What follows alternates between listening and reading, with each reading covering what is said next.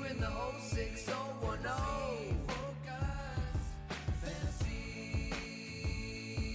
Fantasy Focus.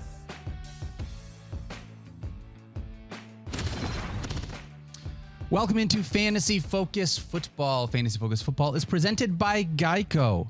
Switch to Geico today and see all the ways that you could save. My name is Daniel Dopp, sitting in the place of Field Yates, joined to my left by Matthew Berry and our friend Mike Clay. How you guys doing today? I'm good. I appreciate, how is it I'm the only one? How is it I'm the most professional person on this staff? That's the crazy part. If anyone's watching us live, you can watch, of course, this show on like YouTube and Twitter and ESPN's Facebook page and the ESPN app, et cetera, blah, blah, blah, blah, blah. And you'll see clips from this show throughout the ESPN Fantasy app over the coming weeks and on ESPN.com.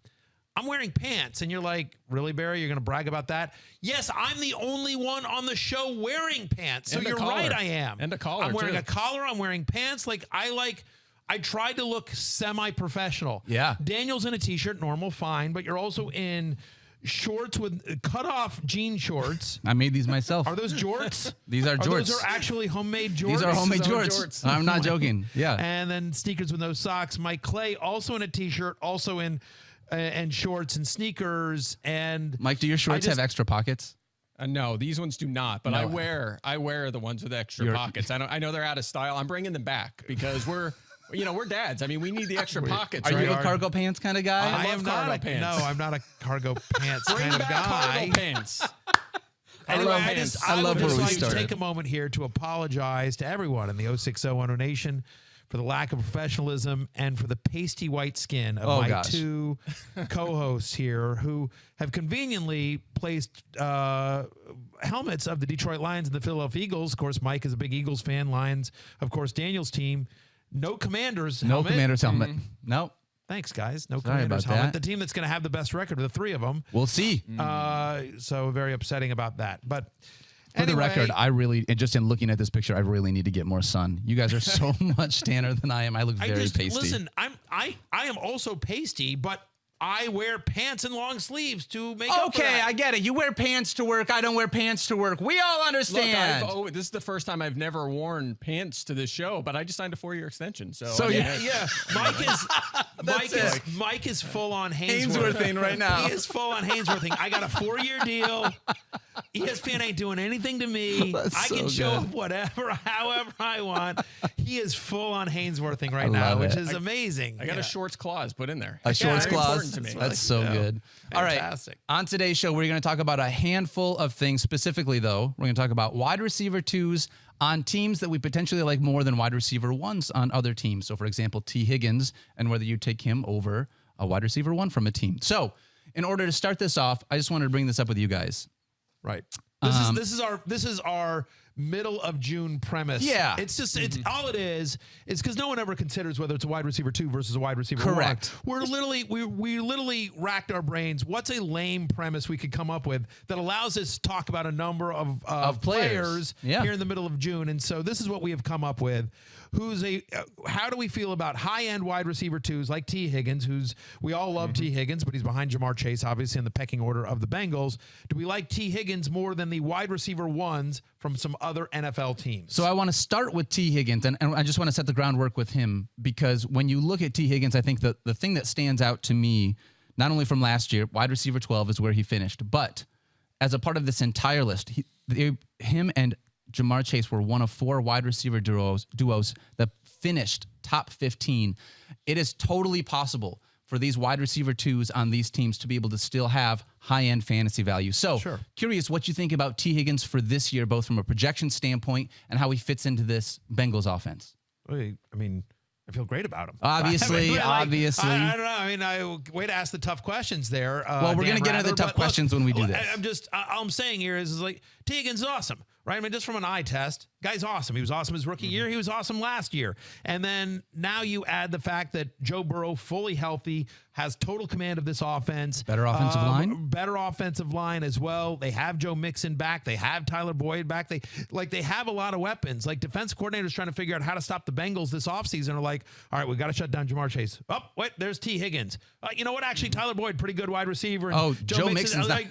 Yeah. We got, so, and we all all like Joe. We all think Joe Burrow's going to have a big year here. So I have him at 11 this year. I think this is a stat that would surprise some people. He actually in the 14 games in which Jamar Chase and T. Higgins played together, he actually had more targets than Jamar Chase. I think people would be surprised about that. Now, if I'm doing the projections and I'm not, that's Mike's job. I mean, or at least it was. We'll see. He's 4-year extension. Like, who knows? He might just Still thinking about just hand his calculator to his daughter and be like, listen, knock yourself out. Throw a couple of numbers out there. But assuming Mike's still doing his job on some level, he may have Jamar Chase with more projections because it's now his sophomore year and a little more, he hadn't played a year, his last year prior to his rookie year in the NFL, he'd stat out. So now he's back in the system here, Mike, but I think he's a top 12 guy. I think he's an easy guy to root for. Great offense, great quarterback, great player.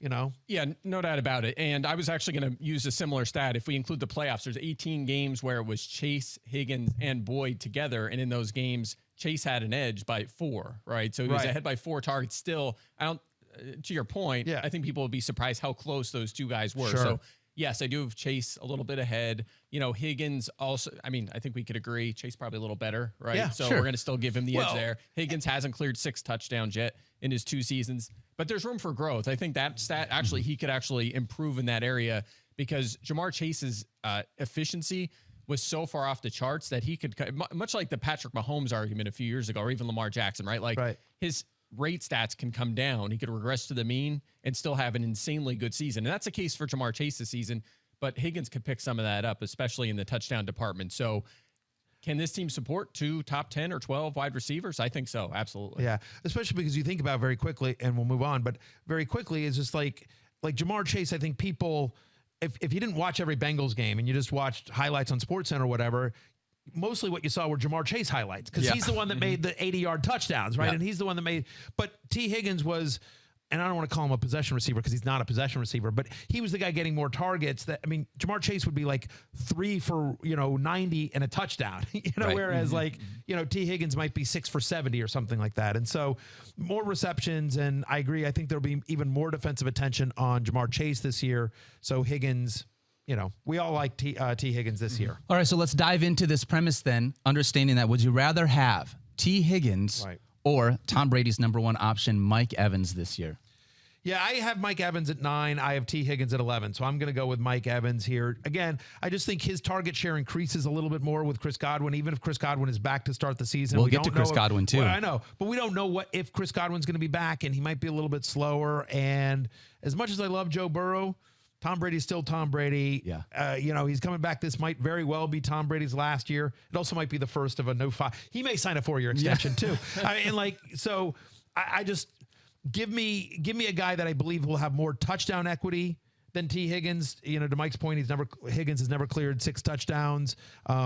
There's just a floor there with Mike Evans, who has had, he's had 13 touchdown catches and 14 with Brady.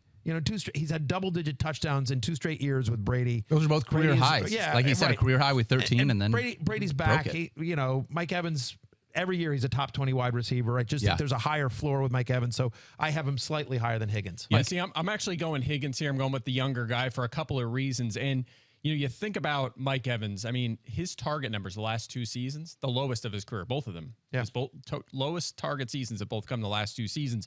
But they've thrown the ball so often that it's been okay that he's had like a 19% target share. He still survived because of the high touchdowns. So you're really relying on the touchdowns in this offense. I think that there are going to be a bit more balanced this season. We've already heard that Bruce Arians is out and Byron Leftwich is in, and they're going to balance out that offense a little bit. And keep this in mind. First in routes, second in touchdowns last season was Mike Evans, but he was outside the top 20 in targets, catches, and yardage. And that worries me a little bit, especially because last season, Tom Brady had the 2nd most pass attempts in NFL history, and still Evans was outside the top 20 in targets. And one more thing, his age, this is about where you start to worry a little bit. Can he still have 1 or 2 more top 10 or top 12 seasons? Absolutely. We have seen that. But keep in mind, last season, I'm going to use this stat a few times during this show, only 1 wide receiver in their age 29 or older season finished top 25 in fantasy points last year. 1. Wow. Keenan Allen. Fair enough. I guess my counter to that, Mike, would be 2 things. Number one is I think the target share will go up for a few reasons. Chris Godwin's injury.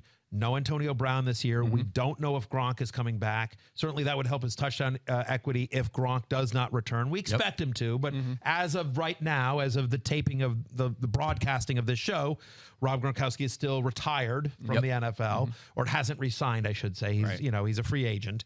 And he's on Gronk Beach or whatever, Gronk Cruises, or he's Gronking it up. And so my expectation here is that I do think the target share goes up, and certainly the red zone target share. And I think to your point, you're banking a lot on the touchdowns. Yes. But Mike Evans is 6'7" playing with Tom Brady, who, when they get in close, likes to look for a 6'7" guy. So I don't know that the touchdowns are a fluke with Mike Evans the way they might be with some other wide receiver. Again, 13 and 14 touchdowns. Even if to your point, even if the passing numbers come down and Brady doesn't throw for the most pass attempts in NFL history, they're still going to throw a lot. Yeah. Tom Brady didn't come back to hand off to Leonard Fournette. Fair. And by the way, I have Evans 11th, right? So Right, we're so 9th we're and nitpicking. 11th. Yeah. We're just kind of, nitpicking. I would lean Higgins. I'm leaning toward the younger guy in a good spot, but Right. You We're have both top 11 You on- have on Higgins at 9 and Evans at 11. I have the Evans at opposite. 9. I have the opposite, 9 and 9-11. But they're both, and we're going to be doing this all show. We're whole not show. thinking here. They're both stars. That's I'm okay. saying You'd negative be stuff fine with about a either guy. guy. You'd be fine with either guy on your Right, fantasy right. team. I think this is where I would love to, as we go through this, right? A couple of ranks here and there don't mean anything, but when it comes to, no, that player is literally in a different tier than some of the other wide receivers, is when it's going to start to matter. But a few ranks here and there, it isn't going to make a difference. You mentioned I think Keenan. if you went running back in the first round and wound up with Evans or Higgins as your As your number wide receiver one. I think you'd be fine. Yep.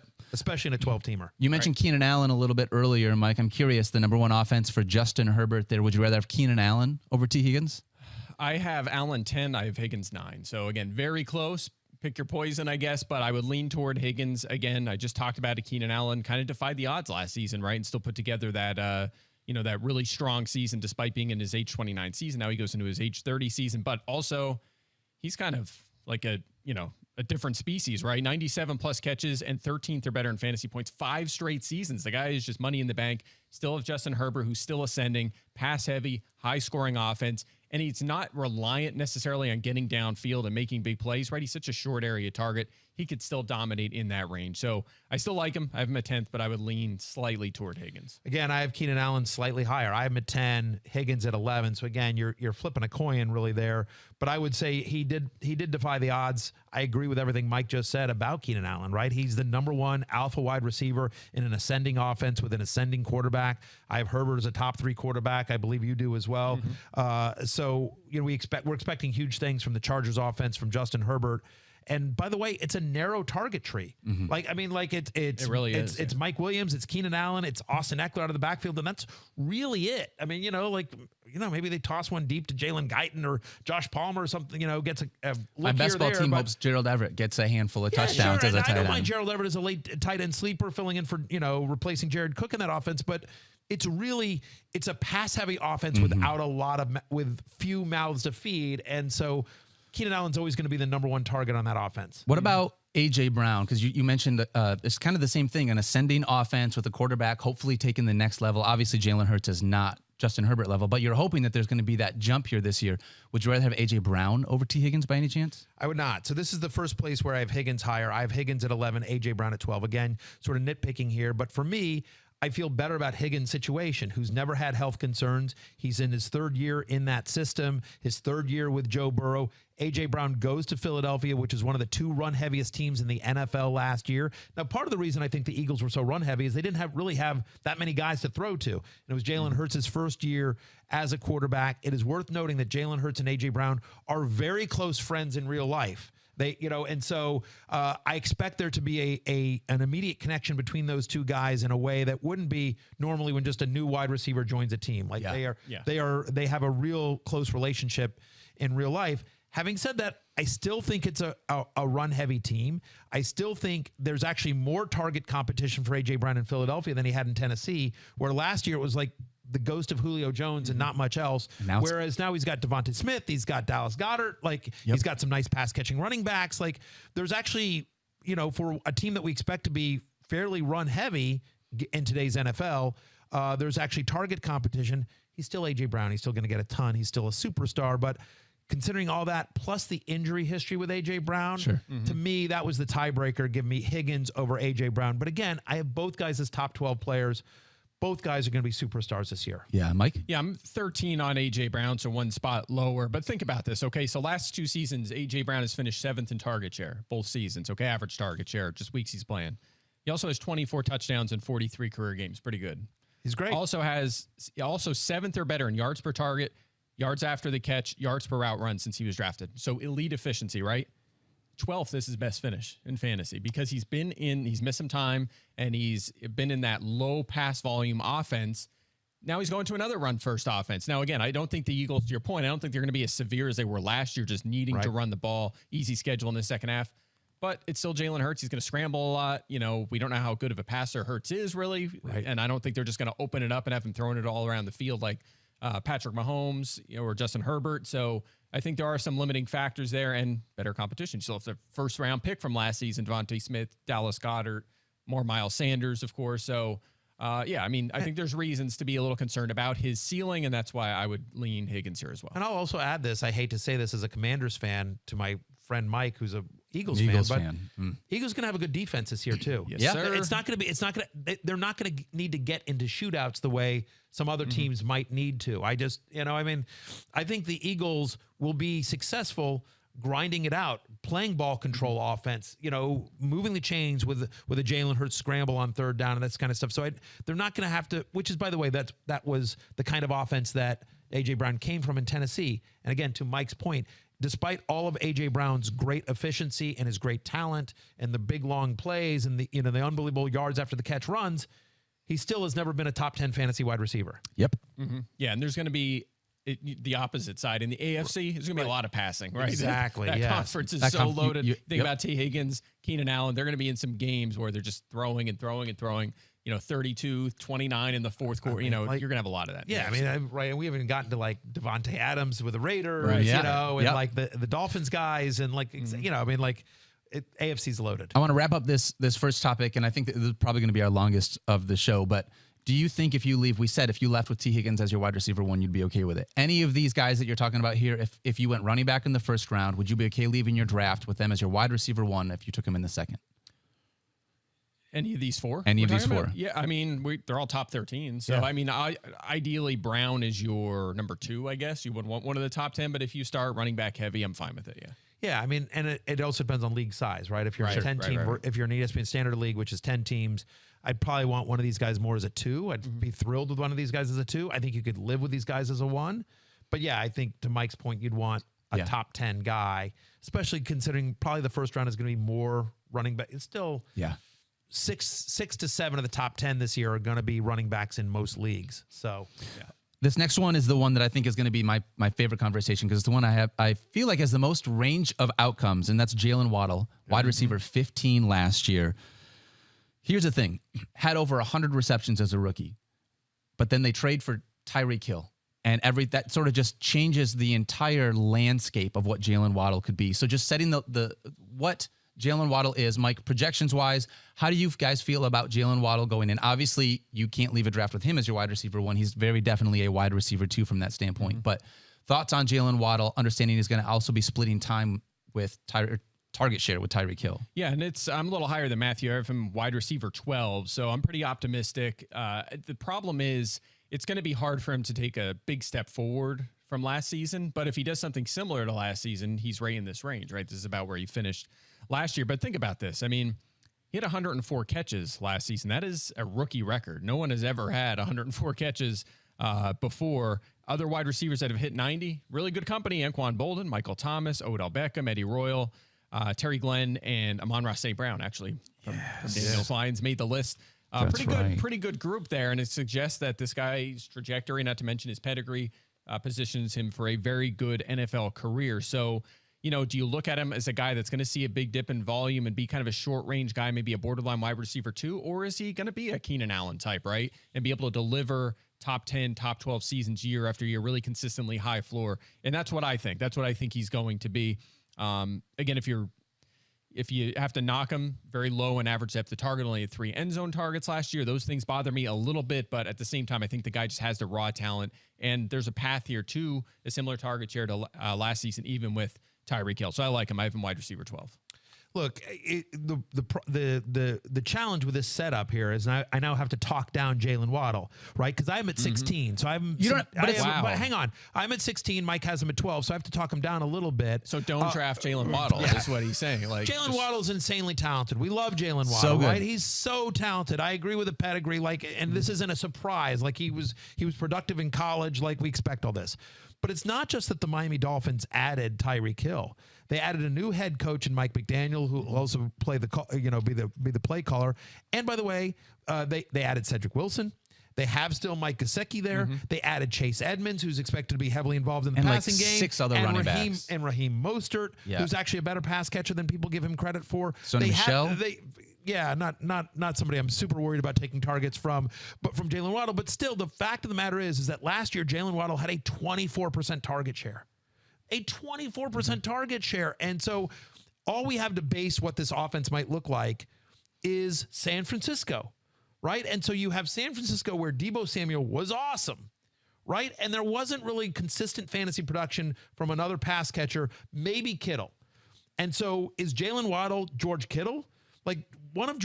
George Kittle obviously is a tight end. He's obviously built very differently than Jaylen Waddle. He's much more of a red zone threat than Jaylen Waddle is, at least at their stages of the career. So I don't think there's any way he gets a 24% target share. Is he a big play waiting to happen? Sure. Could they use him more on sweeps and get the ball in his hand when they get in close, the way they use Deebo Samuel? Sure, but we're expecting that to be Tyreek Hill. You don't pay Tyreek Hill $8 billion or whatever it is they paid him, right? To suddenly be like, hey, Tyreek, you sit here and we're going to let Jaylen Waddle, especially as you're hearing some of the stuff that's coming out about his frustration, Tyreek Hill's frustration in Kansas City about, I'm sure that he said, I'll come to Miami, but you're getting me the ball. And I expect Mike McDaniel to do just that. So those are all my concerns. Mike and I are on the same page. I think the best case scenario for Jaylen Waddle is similar to last year. Like, I think it's hard for him to get better than he was last year when he was wide receiver 15. Like, that's best case scenario. And there is a chance that, like, he has 4 or 5 really great games and then disappears for the other ones because just they have so many weapons in Miami. So that's my concern on Jaylen Waddle. I think I'm with you there. And I think from that standpoint, to me, it's almost less of a Jaylen Waddle conversation and more of a Tua and that offense adding Tyreek. Like, Jaylen Waddle is going to be awesome. Like you guys just talked about. It's not that he's not going to take a next step. It's not that he's not going to keep getting better. It's just, who knows, what the quarterback is going to be. We'll see how Tua does. And in that offense, there's only so many mouths to feed. That's it. It's not about Jaylen Waddle. Right. Like, it's not that Cedric Wilson's going to take a ton, but like if Cedric Wilson catches 3 balls a game, those are 3 balls that Jaylen Waddle isn't getting. And it's not that Cedric Wilson's going to be a fantasy superstar, but just he's a nice little player that's going to get a couple of looks. You know what I mean? Get that, but I think the comparison is better in terms of personnel, like to the Chargers, like I was saying, right? Like if Tyreek's Mike Williams and obviously Keenan Allen, Jaylen Waddle, similar role. So I think you could see a lot of Waddle have an 8 for 80. Score a touchdown in half 8 for 80 games, and maybe one of them wide breaks receiver out. 12 or something, right? Like, and Tyreek Hill, he's getting a little older too. He's getting in that age 28, 29, and if he misses a couple games here or there. But even if you think about the 49ers, like if you put Tyreek in the Deebo role and then you say, okay, Jaylen Waddle's Brandon Ayuk, like Brandon Ayuk's a really nice player who wasn't a consistent fantasy starter last year. Ayuk downfield, low percentage throws, and Waddle.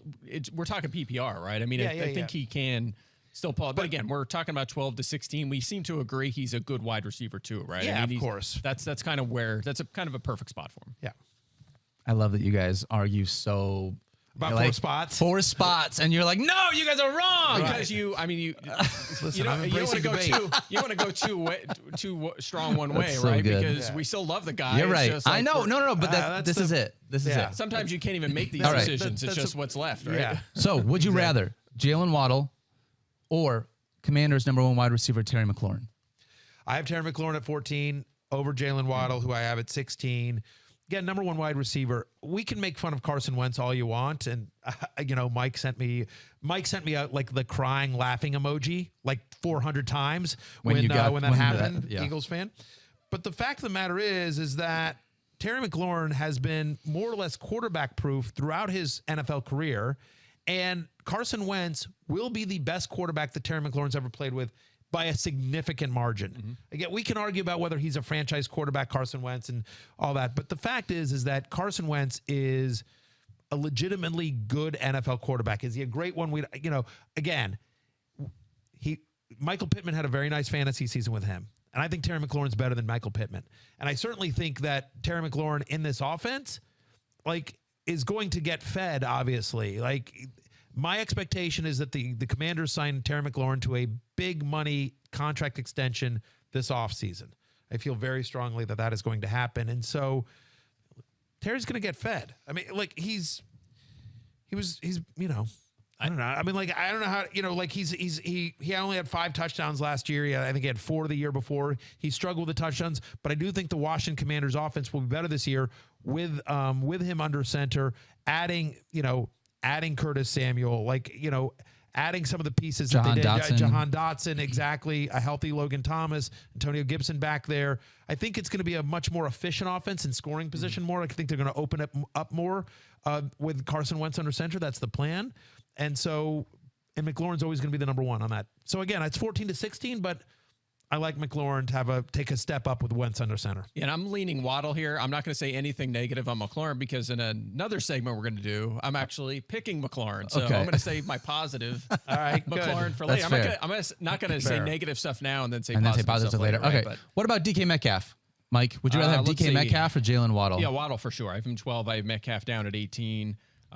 Look, Metcalf's tricky, right? I mean, there's a lot to kind of work through. He's been top 15 the last 2 seasons. Obviously, per game, he was closer to 24th last season because Russell Wilson missed time and the offense was struggling. But he's still young. He's been top 5 in end zone targets all 3 seasons. He gets a lot of goal line work. But obviously, you have the quarterback change. You go from Russell Wilson to Geno Smith and Drew Lock. There's a lot of reason for concern, especially considering the damage Lock did in Denver. And I don't mean the good damage. I mean it in a bad way. Obviously, Cortland Sutton, Jerry Jeudy, all those guys really struggled. But I will say this. 3 Geno Smith starts last season, right? And right now, the storyline is Geno has the edge over Drew Lock. We'll see if that changes as time goes on. But there were 3 Geno starts, 18 targets, which was 25%, and fantasy football's number 8 scoring wide receiver for DK Metcalf. Now, Lock had actually out-targeted him, but was lower in fantasy production. But Metcalf had 3 touchdowns in those 3 games with Geno Smith starting and was a top 10 fantasy receiver. So maybe there is some hope here. I don't think we want to crush him in our rankings in this situation. We obviously have to downgrade him for the quarterback change, but it's pretty still significant. He's top 20. I think still think he's top 20.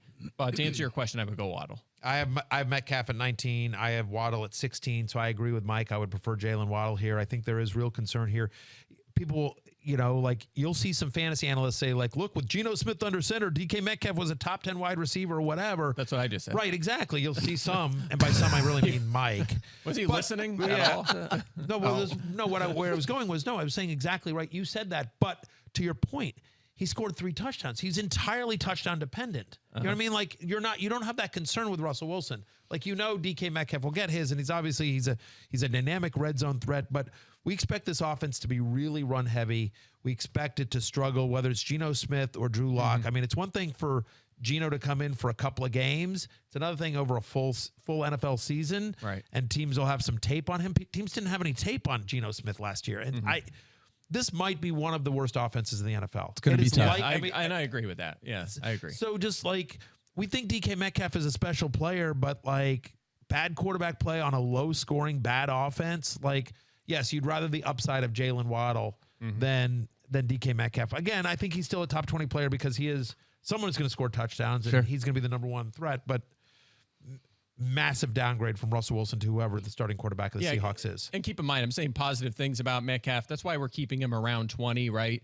If Russell was still there, we'd be talking about him borderline top 10, right? So we did downgrade him pretty severely for the quarterback change. Yeah. I'm curious, Sam Darnold's top target and DJ Moore. Love him. Sam Darnold? Wow. Strong statement from Mike Clay. I hope Jackson clip that for me from Mike Clay talking about how much he loves Sam Darnold. I'm surprised to hear you said Top that. target. He said Sam Darnold, and then you said love him. I don't know. That's all I heard. This is my love DJ Moore. Jackson, I just need some creative editing. I need you to hear Daniel say Sam Darnold, and then you cut to Mike saying love him, and then that's it. and then cut to me going Like, and if you can't see this, I raise my hands, like kind of like, ooh, I'm with crazy over here, So, okay, yeah. DJ Moore doesn't get in the end zone, but go ahead and tell me. Moore is How awesome. about this? I have a crazy stat for you, right? Okay, DJ good. Moore is the only player in NFL history with 1,100 or more receiving yards and under 5 touchdowns in more than 2 seasons. And he's done it each of the last 3 seasons. That's okay? incredible. The only one to ever do it in more than 2 seasons. He's done it 3 years in a row. Right. Unbelievable. But I think that will change in time. I think there's a little bit of bad luck in there. Yes, he's not used a ton near the goal line, but the guy is so good and so productive that the touchdowns will follow. So I know their quarterback situation's bad, but look, he's been top 10 in receiving yards each of the past 3 seasons. He's a fantastic player. There's no question. Again, I'm at 16. I'm at 16. I'm at 14. So, right. But just to take the other side of DJ Moore just a little bit, like, you're like, that will change eventually. Based on what? Like, it's 3 years. We have 3 years of evidence. It's not that I don't think DJ Moore is awesome. He's awesome. He's an awesome football player, and he's had awful quarterback play. But you get into this year, they've got to get something more out of Robbie Anderson. In theory, Christian McCaffrey is going to be healthy this year, which he hasn't been the last 2 years. So if CMC is somewhat healthy, like, certainly you don't feel good about DJ Moore's touchdowns increasing if Christian McCaffrey plays all 17 games. I do. I think they'll go up. I think because the stat I just pointed out is historical, like historical touchdown incompetence. To me, I see that and I think unsustainable, right? Like, it has to fix itself. So that's what I'm betting on, basically. Maybe. I mean, listen, I get all that. I say that every day as a Lions They should fan. be, right. I mean, but in 50 theory, years, you it should be hasn't right. mattered. I have him slightly lower again. I have him at 18. You have him at 14. I'm at 18 just again because it's been 3 years of low touchdown production. The quarterback play might be as we sit here today, quarterback play is probably going to be the worst or second worst in the NFL. It's either them or Seattle. And again, we expect Christian McCaffrey to be healthy this year. So if we're projecting him as our number 1 or 2 running back, which we all are, then that means we expect him to play much of the year. And so it's hard to feel like, oh, if Christian McCaffrey's right there, well, DJ Moore's touchdowns will definitely rise when they haven't been over 6 for 3 straight years. Once Matt Corral gets under center, then I mean, keep in mind, Baker Mayfield, Jimmy Garoppolo still could be released and end up there. So that's something to keep in mind, too. Right, and we would adjust our ranks if that happens. If that happens. I agree, of Absolutely. course. By the way, Jaylen Waddle is my answer. Okay, I you would would still take. take Jaylen Waddle over Moore, but I have him As 14. would I. We both would take Waddle over DJ Moore. All right, our friends over at Geico ask, how would you love a chance to save some money on insurance? Well, of course you would. After all, who doesn't love a great deal, right? When it comes to great rates on insurance for all things in your life, Geico can help. Like with insurance for your car, truck, motorcycle, boat, and RV. Even help with your homeowner's condo or renter's coverage. You could even save more with a special discount when you bundle your coverages. Plus, add the easy-to-use Geico mobile app, available 24-hour roadside assistance, and more. And choosing to switch to Geico becomes an easy choice. Switch today. See all the ways that you could save with great rates and discounts. It's easy. Simply go to geico.com to get a rate quote or contact your local agent and get started to see how much you could save. That's geico.com.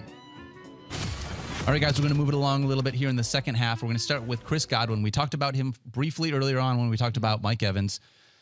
Last year, wide receiver 7, he tore his ACL in week 15, and that's really the rub with this entire conversation. So, Matthew, I just want to start with you. Chris Godwin coming into this year, if you're drafting right now, we're talking about, this is not a conversation you listen back to in August. You're drafting right now. Where are you at on Chris Godwin? I'm at 15, which is more optimistic than Mike or the ESPN consensus. Stefania seems to be optimistic about it. We'll see, all the reports, feeling good and that kind of stuff. I guess I just sort of feel like fantasy is a weekly, we talk about this all the time. Fantasy football is not a season-long game. It is a weekly game played over the course of a season.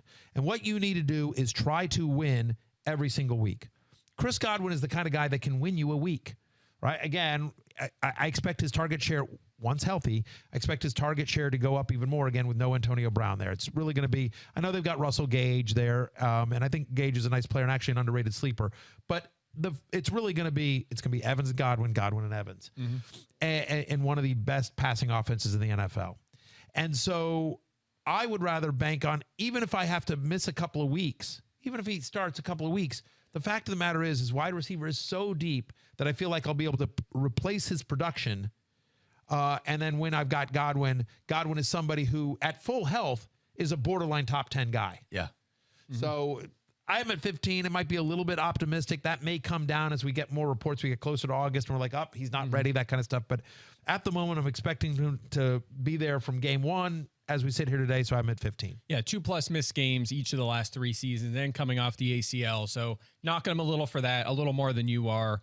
We'd be talking about him as top 10 if he was healthy. So we both knocked him a little bit. I did more than you. I just like some of these guys more straight up just because of the uncertainty, but great player. All right, let's talk about Chris Godwin then. Would you rather have Tom Brady's number 2 target or Diontae Johnson in a Kenny Pickett-led offense? Or maybe I take that back. Kenny Pickett or Mitchell Trubisky. I do not want to give Trubisky the, not his due. Probably both at some I'm going point. with Diontae Johnson. I have Diontae Johnson here at 13. Again, I have Godwin at 15, so I'm taking Diontae Johnson higher. Here's a guy who last year, top 5 in both targets and catches per game last season. And I would argue that he is quarterback proof. I know a lot of people say, Mitchell Trubisky or, Kenny Pickett. Like, did you guys watch Ben Roethlisberger play football last year? Exactly. Like, Awful. I would argue that at worst, it's negligible. And I think there's a decent chance that it's actually a quarterback upgrade. I think people are probably too harsh on Mitchell Trubisky. I actually think there's a chance that Trubisky is good this year or good enough to get the ball to him. Again, Allen Robinson had a lot of fantasy production under Mitchell Trubisky. I think he learned a lot, backing up Josh Allen and being in the Buffalo system last year. So Diontae Johnson, who now no Juju Smith-Schuster. So I think the target share even goes up here for Diontae Johnson, who's clearly a focal point of that offense and that passing offense and will be. I'm not, Chase Claypool last year, very inconsistent and showed some immaturity. So my expectation here is we'll see what happens with Claypool this year, but I think Diontae Johnson is the number 1 wide receiver in a passing offense that will be, worst case, as good as it was last year, and I think more likely is better than it was last year. Yeah. I don't think their defense is going to be as good, so I do think they'll actually have to open up this offense a little bit more. Give me Diontae Johnson, who I just think is super talented too. Yeah, I'm going to go with Johnson as well. Look, check this out. Over the last 2 seasons, Diontae Johnson, 4th in the NFL in targets. He is the 3rd worst yards per target at wide receiver. To your point about Ben Roethlisberger, and the same kind of thing can be applied to Juju when he has played too. The volume's been decent. Efficiency has been atrocious, and that has to be related to the quarterback. Ben has just gotten so conservative and has struggled the last 2 seasons, and that has limited Johnson. So I'm leaning that direction. The one thing I'll say is I do think Deontay's touchdowns will go down. Ben loves to throw the ball near the goal line for years, and I think you'll see more balance, more Najee Harris in that range this season. So I do think his touchdowns come down, but perhaps his per play, per target efficiency goes up. So I think he's a good wide receiver too. I would give him an edge over Godwin. Yeah, and Johnson had 8 touchdowns last year, so it's not like his fantasy production was crazy touchdown Right, dependent. no doubt. I think closer to 5 probably, just because again, I think their offense is going to struggle to score touchdowns. Fair. How about Chris Godwin or Davis Mills' top target? Brandon, all I do is catch 1,000 yards per season Cooks. Oh man. So underrated. Certainly one of the most underrated players in the league. It's an unsexy name, and I think because of that, it's just, Yeah, I'll say this. Look, first of all, to our point about being underrated, 1,000 or more receiving yards and top 20 in fantasy points, 6 of the past 8 seasons. And if that's not impressive enough for you, he did it with 4 different teams. The guy just continues to be. Over the course of his career. Right, over the course of his career. Yeah, exactly. 4 different teams. Rams, Saints, never really Patriots, never really a touchdown guy either, under 7 touchdowns each of the last 4 seasons, but big target shares, big time efficiency. And by the way, when he played just with Davis Mills last season, 69 catches, 736 yards and 5 touchdowns. So pretty good. I mean, that's pretty decent. Again, I think he'll repeat as a wide receiver too if he stays healthy. I'm at 20. I give him a slight edge over Godwin. I'm at 17. I'm at 17, so I like him more than Mike Clay. Weirdly, I have Godwin higher, you know what I mean? Sure. But I do like Cooks more than Godwin. That could easily change as we get more updates on Godwin's health. In general, I just think, assuming health for Godwin, I feel like Godwin has more touchdown equity, has a better quarterback, has more, has the potential to be, a better fantasy player overall, has been a better fantasy player over the course of their 2 careers. Having said all that, love Brandin Cooks, like me more than Mike does, right? I'm at 17. I agree with you. I think Davis Mills will only be better. And the fact is again, you talk about target share. he should continue to see a massive target share. They have some rookies, but they didn't really bring in anyone that you're like, oh, well, it's Brandin Cooks and Will Fuller. No, they don't have anyone that it's Brandin Cooks and a bunch of guys that need to prove themselves and find a way onto the field. They signed Brandin Cooks to a massive deal in the offseason here to keep him in Houston. Want him there. They want him there. And so Cooks, who is seemingly quarterback proof, scheme proof, to your point, he has produced with a ton of different quarterbacks, a ton of different teams, a ton of different schemes. All he does is, produce 1,000-yard seasons. That's it. 90 catches last year. Again, I think Godwin's slightly more touchdown equity and obviously a better quarterback, better offensive system. But like Cooks a lot, Houston's going to be throwing a lot. Houston's once again going to be bad this year. And I want to be real quick on this one because we've already talked about Terry McLaurin. But in that same kind of range, would you rather have Chris Godwin or Terry McLaurin? I'm going Terry. Terry McLaurin F1. Yep. As we love to call him. Okay. I'll just say this. Number 1 at wide receiver and average depth of route last season. Number 1. Same scheme, just a better quarterback, right? So if they hit on more of those long, deep routes, it's going to be very productive. We know how good he is. 4 career drops. The guy is so good. Better situation. I think he takes another step forward. I love me Terry McScorn, his actual name. No one calls him F1. No one calls him F1. Fans. Literally, there's a cease and desist from Netflix to you, Mike, on using that name. Anyway, but I have I have McScorn higher too. I want to talk about Allen Robinson, who is now. I want to look at Allen Robinson, and we've got 3 players left, 20 minutes, so we got about 7 minutes per player. Okay. I want to just throw out last year from Allen Robinson. Is that okay for me to do? No. Okay. I'll tell you why. All right. You know why you can't? Why? Because there was a wide receiver on that same Chicago team that had a really good season. He did. Darnell Mooney. Yes. So why are we just throwing it away on Allen Robinson? What if, and look, maybe I'm wrong on this. What if it did fall off? We've seen it before from similar players, right? Think about Alshon Jeffrey. I know he missed time with injuries, but when he played, he was very productive. The same went for Allen Robinson. Maybe he took a step back. Maybe he's fallen off a little bit. That's a possibility. That's a real possibility. And I think a variable you have to consider. Maybe not, though. Maybe it's just he didn't fit. Maybe Mooney just had better chemistry with Justin Fields and it worked out.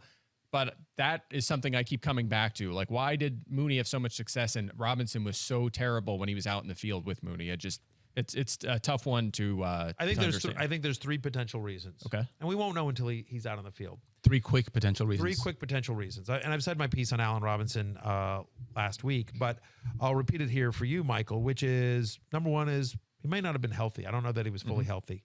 Number 2 is I think he mentally checked out. There were issues between Allen Robinson and the Bears prior to last season.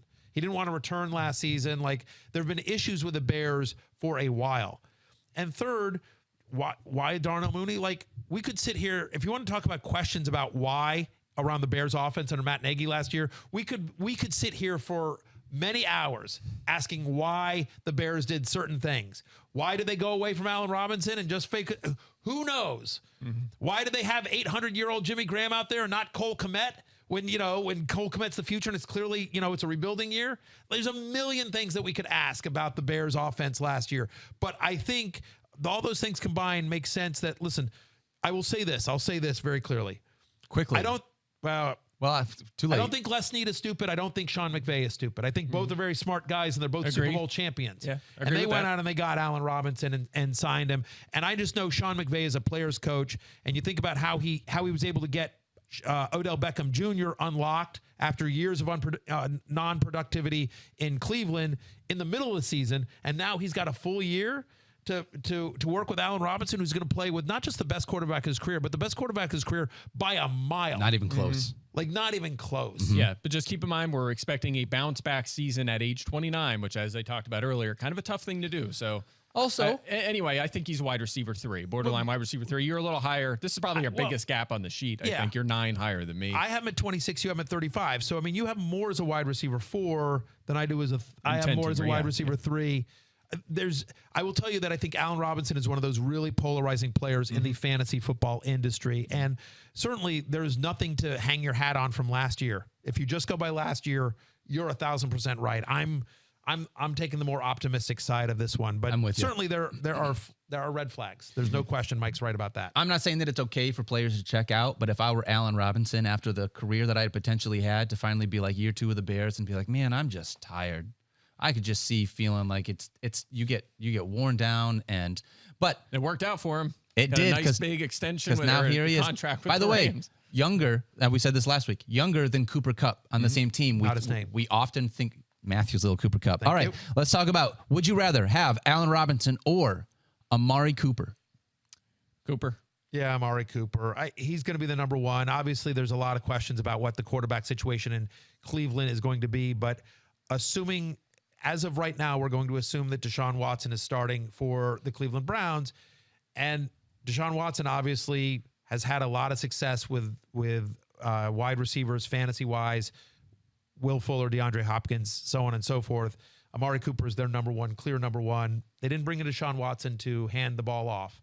So they're going to be throwing, and I think Cooper, despite some of the injury concerns and the lack of a target share last year, I have Cooper at 22, higher than Allen Robinson. Yeah, it's funny. We both have him 22, and his average finish is 22.9 in points per game in his career. I mean, he just doesn't have a ceiling, right? He just never emerges having that high ceiling, cannot crack the top 10, but has always been like a back-end wide receiver too, and that's essentially where we have him, borderline wide receiver too. It's weird. He's become more of a floor wide receiver than an upside wide receiver. No doubt. And by the way, my ranking and projection assumes about maybe half of the fantasy regular season without Deshaun Watson. Wow. All right, what about Hollywood Brown moving from Baltimore to Arizona now with Kyler Murray? I also have Hollywood Brown higher. I think there's a chance that I think Marquise Brown is really good. And I think because of his size and because he was in this run-first offense, I don't think people realize just how good Marquise Brown has been. Arizona's going to be a very efficient, high-scoring, high-octane offense. Obviously, there's a chemistry there with his former college quarterback in Kyler Murray. There's 6 games in which they're not going to have DeAndre Hopkins. It's a team that plays more 3 and 4 wide sets than any other team in the NFL. Marquise Brown's a talented player who's going to get a big target share on one of the best offenses in the NFL. Yeah, absolutely. I agree on Brown. I was going to say, if not Brandin Cooks, Hollywood might be the most underrated receiver in the league. He's so good. Top 12 in target share and top 5 in average depth of route each of the last 2 seasons.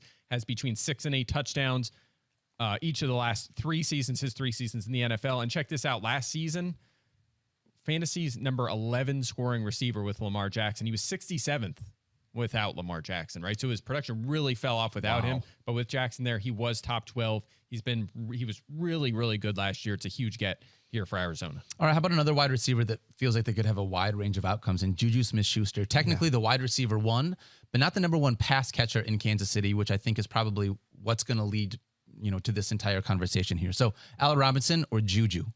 Give me, I have Allen Robinson slightly higher. I'm at 26, and I have Juju at 28. But the ESPN consensus is 31. Mike has Juju a little bit lower. So I'm the highest of us on Juju Smith-Schuster. So even though I would take Robinson, I'm just going to make the case for Juju. Think about 2018, right? He was wide receiver 9, right? Over 18 fantasy points per game. He was better than Stephon Diggs, Mike Evans, give a couple names. 2020, again, these are his last 2 healthy seasons prior to the last 2 years. He was wide receiver 24. He scored almost 15 fantasy points per game. He was 8th in catches per game. I think because the Steelers' offense was so hamstrung by Ben Roethlisberger's limitations the last 2 years, and they turned Juju Smith-Schuster literally into Ryan Switzer. Like they made him like this weird possession receiver that could never run past 5 yards past the line of scrimmage. But in his first couple of years, Juju was this explosive player that played outside, and now he leaves Ben Roethlisberger to Patrick Mahomes.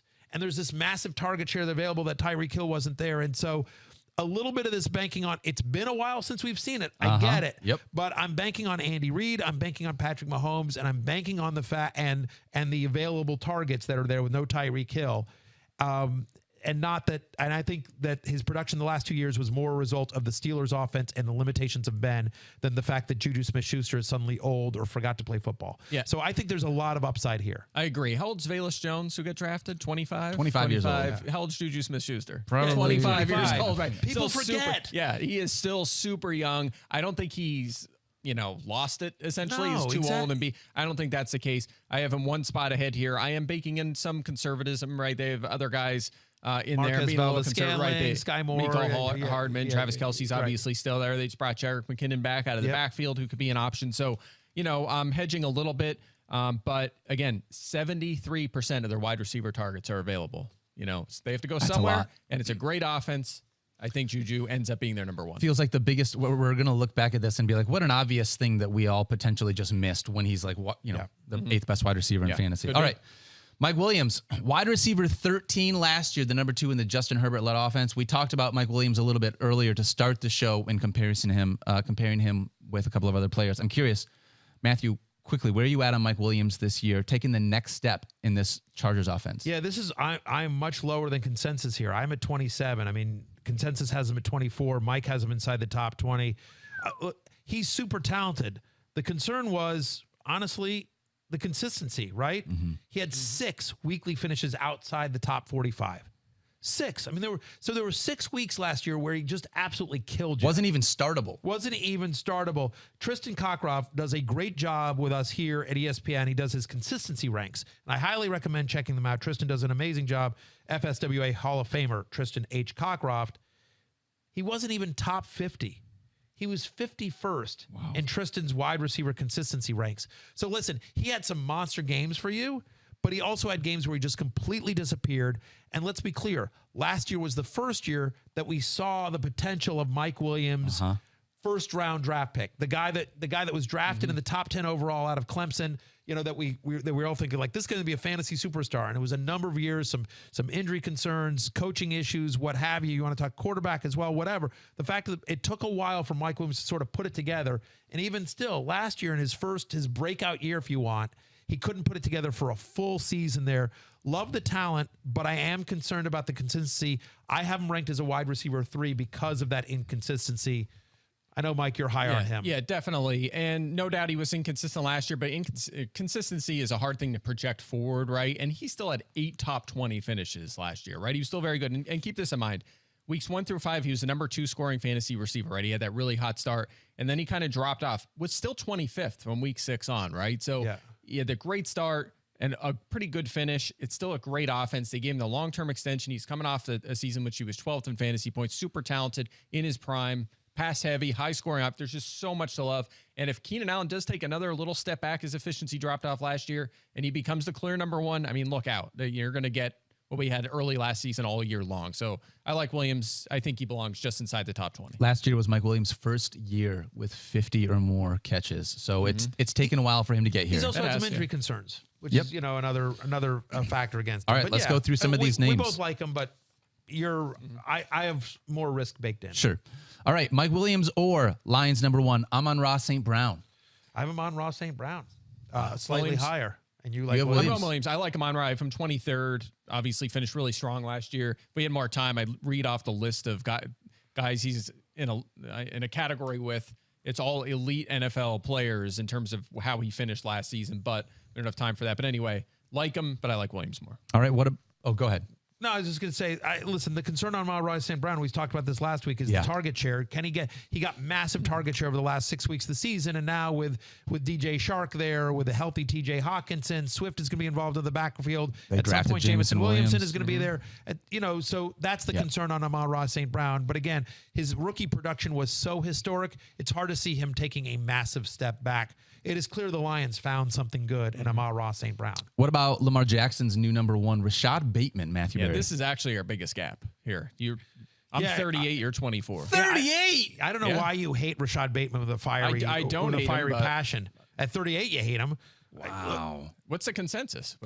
Consensus is 30. Okay, so we're in the middle. We're basically in the middle. I love Rashod Bateman. That's in the middle. Love Rashod Bateman. Loved his college tape. Thought he was insanely talented coming out. He was hurt in the preseason, so started slow. It was a funky year, obviously, for the Ravens offense. All the injuries to the running backs. But now Marquise Brown, no longer there. 146 targets. Marquise Brown had 146 targets last year that are up for grabs. Yep. And there is nothing that the Ravens did in the draft or in free agency that make me think, well, that's where those targets are going to go. I think there's a very good chance Rashod Bateman is very good chance of north of 130 targets this year. Where do you have him projected in terms of targets? I don't know what the target number is, but I have him with a pretty decent share, like 22% or so, something like that. So listen, he played 8 games last year where he got at least 5 targets. Rashod Bateman had double-digit fantasy points in 6 of them, which is still a low bar to clear. But again, in what we expect to be Lamar Jackson's contract year, we talk about narrow target share, right? It's him and Mark Andrews, really. Yeah. And so I don't know. I just think second year in the league, fully healthy. I'm just a massive believer in his talent and the opportunity. We always talk about fantasy success comes from talent and opportunity. He's got both in a major way with the Baltimore Ravens this year. Very high on Rashod Bateman this year. Love him. He, we're not there yet, but like if I was writing my love-hate list, he'll make the love list this year. He'll make the love list this year. I'll just say this. I mean, we talked about earlier, I read off some stats about Hollywood Brown and how good he has been and how productive and efficient he's been. As a number one receiver in Baltimore the last 3 years, he has finished 48th, 45th, and 25th in fantasy points per game with big target shares. Clearly a very good player. We don't know for sure if Bateman's a good player. He's never finished a week better than 18th in fantasy points. Now, he hasn't had the opportunity really, right. But nonetheless, he hasn't done it yet. We know Marquise Brown is really good, and still, he has not even cracked the top 25 in fantasy points per game. Again, a little misleading late last season with Lamar out. And they're going back to a run-heavy offense. We know that. They're going to – last year, they leaned toward the pass. They made a switch there.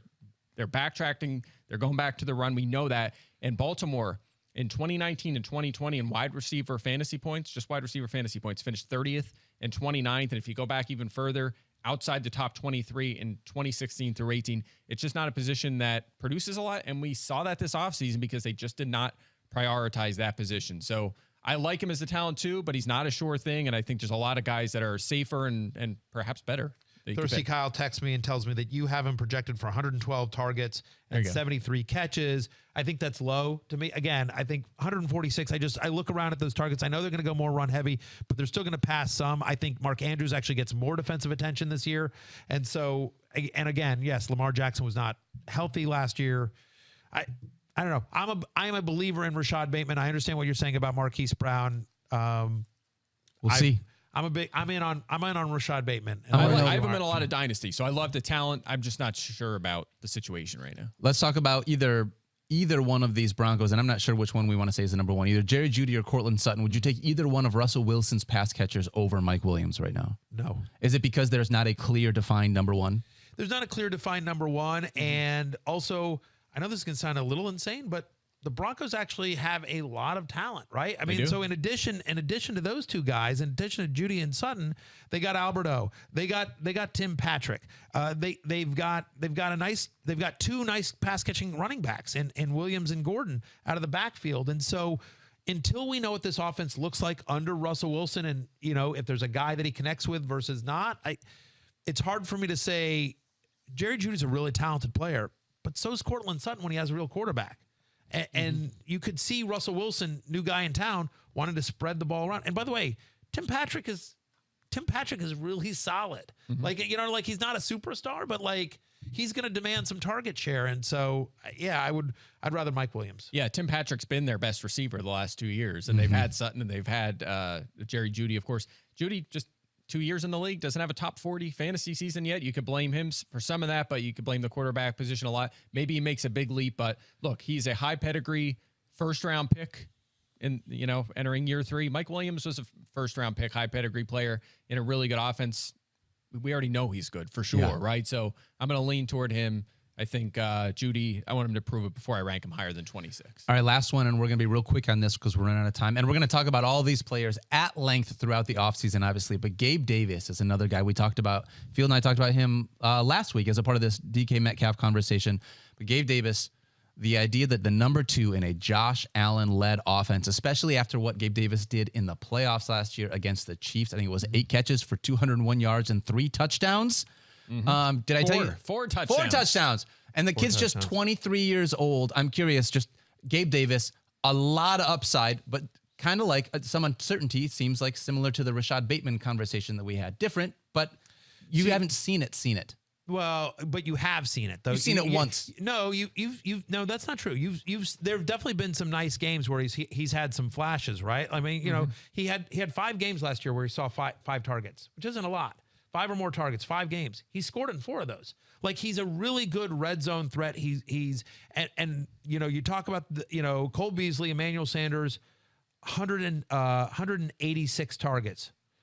186 targets between those two? Between those two guys. Now, They signed Jamison Crowder. Isaiah McKenzie maybe gets a slightly bigger role here. So it's not like, it's all Gabe Davis. But the fact of the matter is that we saw how much targets that he's going to take the Emmanuel Sanders role in this offense. Like, I think Crowder will be the Beasley role, right? And so if you can be the number two, Sanders had a really nice target share last year, and actually Sanders was productive there for a while. He's 23 years old. And you just watch him when you watch him, you're just like, that kid can play. Mm-hmm. And I just know, talking to people around the Bills organization, they feel like they really found something in Gabriel Davis. Like, they're very excited about him and have been for a while. I have him in a ton of dynasty leagues, and I've tried to trade for him in all the ones that I don't have him in. I love me some Gabe Davis. So mid-round draft pick, first 2 years, you're like, why is that guy not playing more? Then he goes into year 3, high scoring, high volume, pass-heavy offense, finally really breaks out into a star. Chris Godwin. Oh, no, Gabriel Davis, right? Same situation, right? It's almost identical scenarios. That's kind of the feel I get for it. So you have to, again, the guy had 35 touches last year. We don't want to go over the top with ranking him, but there's reason for optimism here. He could really break out this season. So I like him a lot. I have him 31. Again, borderline wide receiver 3. I think that's a perfectly fair place to put him. I have him at 30. We're right there in the same range there with Gabe Davis. And we talk about all Josh Allen, the Bills. I'm like, if you could be the number 2 wide receiver for the best quarterback in football, at least fantasy football, right? I mean, we all have Josh Allen number 1. Right. That's a pretty good place to be. Godwin with Tom Brady, and same thing. It's just like the same. It just feels the same to me. Same circumstance. Being able to be on an offense where that opportunity is available to you, where there's a lot of scoring and a lot of yards, just gives you the ability to be able to get those fantasy. It just goes to show, like, when he has gotten opportunities more often than not, he has produced. Like, again, that playoff game was ridiculous, the 4-touchdown playoff game. Yeah. But it just goes to, like, the fact that he had that in him. Like, I wouldn't expect that to ever happen again. But the fact that it happened once at the highest level, like in a playoff game, in a championship game, like, and they're going to have more games like that where he could he could have 200 yards in a game this year, no problem. I think he'll be a little boom bust, but at the end of the day, I think, honestly, I think he'll beat 31st. Yeah. I think he'll beat that. Guys, thank you so much for hanging out. This was fun. I mean, especially for a June show, just being able to sit with you guys and have you make fun of me because I'm so pale. Don't forget to love each other. How's that deck going? It's almost done, Matthew. I wish that you would come over and help me with it. I'm too busy promoting rotopass.com. Oh, yeah? What do you do? What do you get at RotoPass? You get ESPN Plus. You get 12 months of ESPN Plus. Okay. And you get 5 other great fantasy football subscription services, whether you play best ball, dynasty, season long, all of those. whatever it is, high stakes leagues, DFS? customized ranks, DFS. There's lineup setters for DFS. Everything you could possibly need for fantasy football success is there in rotopass.com. And a 12-month subscription to ESPN Plus. You can read Mike's stuff. You can read my stuff. See fantasy the fantasy show with us. me and you. That's right. It's a bargain deal. Rotopass.com. Rotopass.com. We will be back next Monday, same time, 2 p.m. Eastern. See you then. For